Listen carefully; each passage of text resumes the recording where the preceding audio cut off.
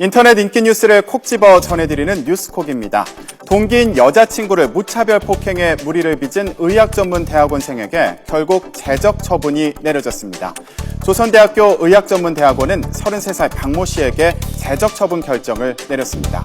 학생 간 폭행으로 상해를 입힌 학생은 제적할 수 있다는 학 측에 따른 결정입니다.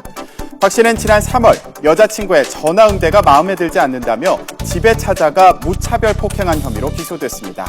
하지만 법원이 의전원 제적 우려가 있다며 박 씨에게 벌금형을 선고하는 데 그친 것은 물론이고 의전원도 박 씨에 대한 징계나 피해 학생과의 격리 조치를 하지 않아 비난 여론이 일었습니다. 결국 의전원이 박 씨를 제적하기로 했지만 여론 눈치를 보다 늑장 대응했다는 지적은 피하기 어려워 보입니다. 서울 다나의원의 C형 간염 집단 감염 사태, 수액주사를 놓는 주사기를 재사용하면서 발생한 것으로 추정되고 있습니다. 수액주사는 다른 병원에서도 각종 효과를 홍보하며 권하는 경우가 많은데요. 마늘주사, 또 태반주사, 배곡주사 등 그 종류도 다양합니다. 그런데 과연 효능은 있는 걸까요?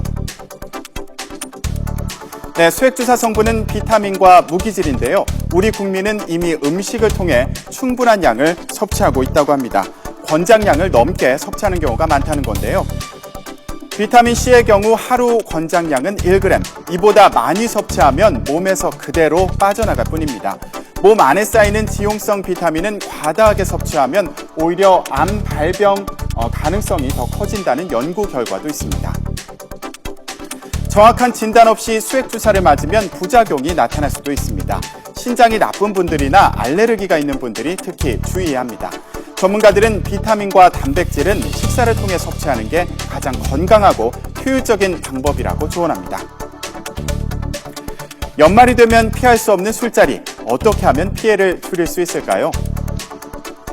네, 먼저 건강보험 심사평가원 자료를 보면 알코올성 간질환으로 치료받은 환자 중에 50대가 가장 많았습니다.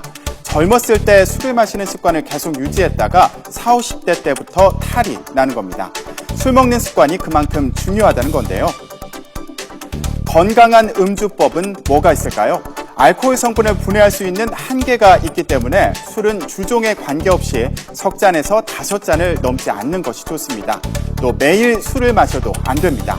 주량보다 과음했을 때는 2, 3일은 쉬어줘야 간 기능이 회복된다고 합니다. 또 술을 마시면서 담배를 피우는 것도 피해야 하는데요. 담배를 피우면 산소 공급량이 적어져서 해독 속도가 늦어질 수 있고 또 니코틴이 위산을 분비해서 속쓰림이 심해질 수도 있다고 합니다. 건강한 음주법 참고하셔서 과음으로 인한 피해 줄이시기 바랍니다. 지금까지 오늘의 뉴스콕이었습니다.